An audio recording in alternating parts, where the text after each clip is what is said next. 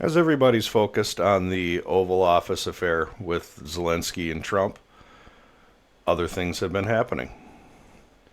The Pentagon orders Strykers to the U.S.-Mexico border. Pentagon has ordered the deployment of 3,000 active duty troops to the U.S.-Mexico border, including soldiers from a motorized brigade equipped with Stryker combat vehicles, according to defense officials speaking to the Washington Post. The decision, approved by Defense Secretary Pete Hegseth, comes amid growing tensions over border security and ongoing concerns about drug cartels and immigration. The troops of the 4th Infantry Division, 2nd Stryker Brigade at Fort Carson, Colorado, will be joined by units specializing in engineering, intelligence, and public affairs. Active duty federal troops being sent to the border. This comes on top of the release of Secretary Hegseth has reportedly warned Mexican officials that the U.S. military is prepared to take unilateral action against drug cartels in Mexico if they fail to curb fentanyl trafficking and illegal immigration. I have been saying for a long time, ever since the signing of the presidential executive order declaring the Mexican drug cartels supporters of international terrorism, that is very likely there will be U.S. military action taking place against the cartels in Mexico. I did this video on February 2nd, titled SECDEF Confirms US Can Strike Mexico to Get Cartels. It's been something that we've been watching on this channel now for a while. You can't see the deployment of the assets that we're using for this without seeing this as potential and likely U.S. military special forces action. In addition to those Strykers, the U.S. has been flying RC-135 Rivet joint surveillance flights off the coast of Mexico. These flights took place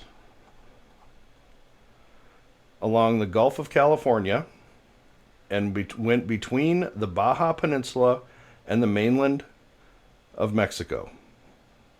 They were in international airspace the entire time. This was reported February 4th. In addition to the Rivet joint, we have CIA Reaper drones covertly flying and reporting on Mexican drug cartels. This was reported on February 18th.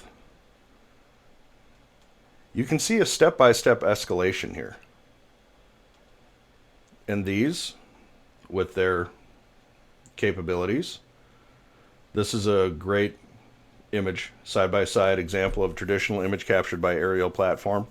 And one of them spot taken using multispectral camera, showing chemical plumes not visible to the naked eye.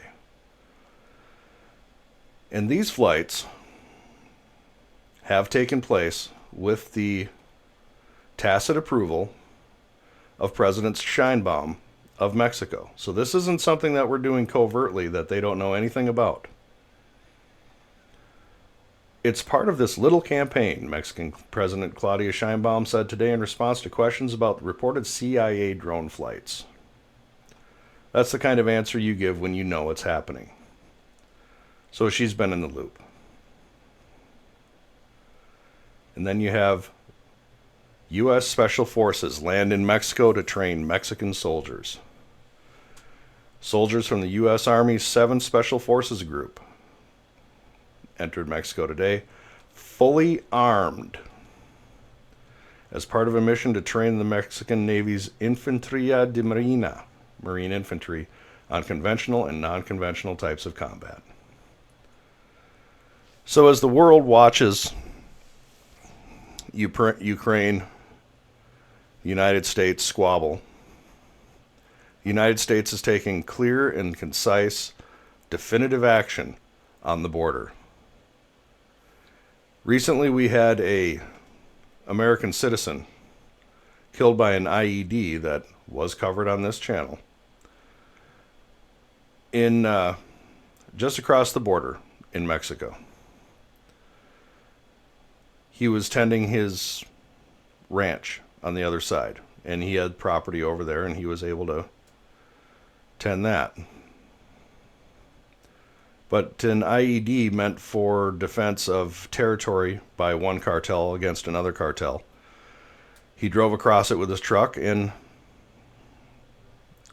it detonated. So you see a growing violence on the border. We've seen the reports of them taking shots at U.S. Customs and Border Patrol. Now we see the Pentagon deploying 2nd Stryker Brigade of the 4th Infantry Division. Our RC-135 Rivet joint surveillance aircraft flights. These are one of the most sophisticated intelligence gathering aircraft we have available to us. There's very few aircraft in the world capable of what that aircraft can do. In addition, we have the MQ-9 Reaper flights that have been taking place now with the permission of the Mexican government. Special forces in country. These were approved by a Mexican Senate commission, so the Mexican government is fully aware of what's happening.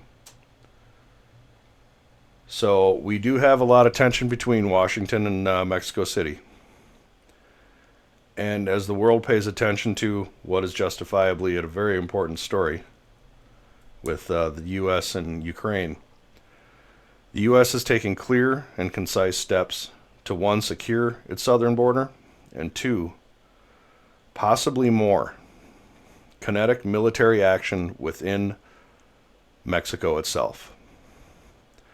The prediction of myself is that when that happens, and I do think it's inevitable that it will happen,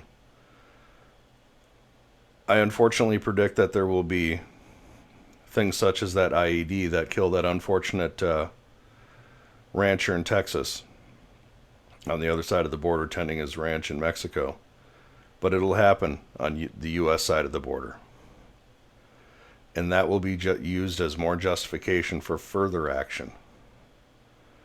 This has the potential to spin out of control very quickly, and it's right in our backyard. And this would directly affect many, many Americans.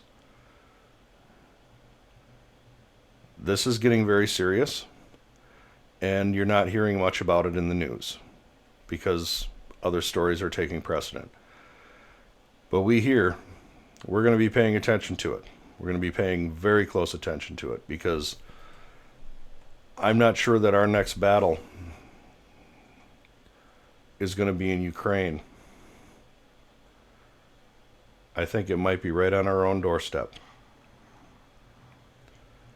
And the Pentagon is clearly taking steps to, 1, defend that border, and 2, make further actions far more possible. And whether those actions, like the RQ-9 Reaper drone flights or special forces assisting in the training of Mexican infantry, whether they allow this or not, we'll find out. But that's the way it's going. We'll keep an eye on it. I appreciate you, and I thank you for coming in and listening. If you liked it, please hit the like, hit the subscribe, maybe even share it with a friend.